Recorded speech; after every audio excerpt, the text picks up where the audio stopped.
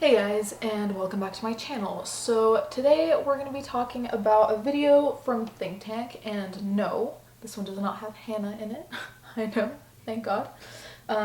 This one's called It's Time to Redefine, with a whopping 3,441 views when this channel has 1.3 million subscribers. Always astounded by that. This video is about redefining what it means to be a woman in dictionaries.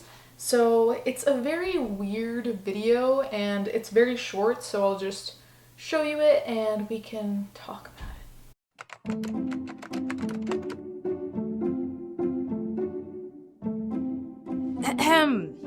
Let's get right to the good stuff. The top online dictionary resources currently have the definitions for the word woman that include the terms servant, mistress, and prostitute. There are more, but I'll save you the surprise. Allow me to catch you all up to speed. It's 2018, and we women are defining ourselves. With that being said, we're gonna need you to do some cleaning across your respective platforms. For starters, go through each of your definitions for the word with a fine-tooth comb, and remove anything remotely degrading or disrespectful, or anything with that late 19th century feel. How about it? Honestly, in this socio-political climate, the fight for women's equality is enough of an uphill battle. Parents shouldn't have to also worry that their daughters might enter the word woman into a search engine and find terms and definitions that lead them to believe that they're anything less than magical. Okay, so first of all, if women have such an uphill battle and everything is so terrible, then why are you focusing on dictionary definitions? Just wondering. Also, I did some searching of my own and I'll show you here on the sides the definitions that I found, and yes, some of them included that, but the first thing always included saying a female adult, and then they say, you know, like adult version of a girl. Like, they're all very on point with that, and they do have some that say like a cleaning woman or a prostitute, because let's also remember that words have a history, and how woman was used in different eras of time is going to be different. So let's not pretend that words don't have a history, because we know that they have a history. That's also why slurs are an issue, because the word has a history. It's really crazy to me how people want to remember history and want to keep reliving history in some ways, but as soon as history doesn't really benefit your narrative, you're like, oh no, yeah, we don't need that. In the West right now, I'd say women have it pretty good, but sometime back, women actually weren't equal, and women were degraded, and women were called names a while ago. Good with women? You mean good at women? Like you can't catch them when they run away from you? Bro, it's 1776. They don't have any rights. You can just take them and force them to do whatever you want. And that's something we have to keep in mind, especially if you want to talk about fighting for feminism or whatever. Don't you want to keep history in mind for that, or is that only convenient when it suits your narrative? Because I'm just wondering here. I'm a little bit confused. I've given it some thought, and here are some nouns that you can use to replace the offensive stuff currently on your sites. Comedian, congresswoman, surgeon, and athlete. If those don't work, I'll go out on a limb and say I think women everywhere would be perfectly fine if the new definition included terms queen, badass, defenders of the universe. You're fake laughing too, right? Oh, the tears are real. All right, that last one was all me, but look, we're tackling this issue today so that young women might have the courage to speak up against the issues of tomorrow. We really hope you'll consider this request and update your definitions to include terms that shine a light on women that are empowering and uplifting. Unfortunately, the current definitions are far too easily accessible to young girls and boys in today's digital age and should be addressed. Thanks.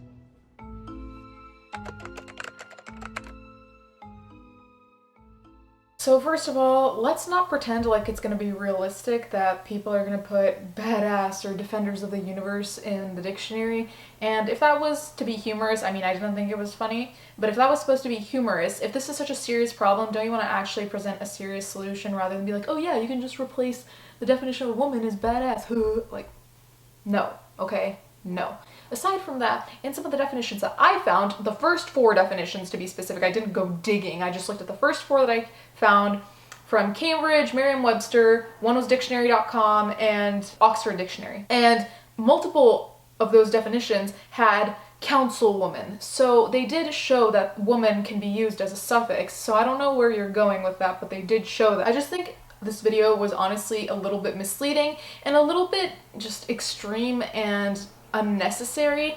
I don't think any girl is gonna go on the internet and see, oh my god, it says maid, servant. Yes, women in the past, a lot of the times their jobs were dominantly domestic jobs. That is a reality, especially in the Victorian days. Women were always in the domestic sphere. This is something that's known. There were very few women who worked in hospitals, and if they did, it was kind of a shocking thing. So to act like a long time ago women were just like business women, that's not a reality for most places. That's something of now. So let's not pretend that history didn't happen, and history happening does not nullify where we are today. It doesn't change anything of equality. We've gotten to where we are. It's fine. No one's gonna fucking die if you don't change the definition. It's also important to note that in a lot of dictionary definitions, they have the historical meanings too. Like if you scroll all the way down, they have the origins and they show you like the changes through time. So that's also one of the reasons why they show like, oh, like woman used to be used interchangeably for the term maid, for example. I don't know.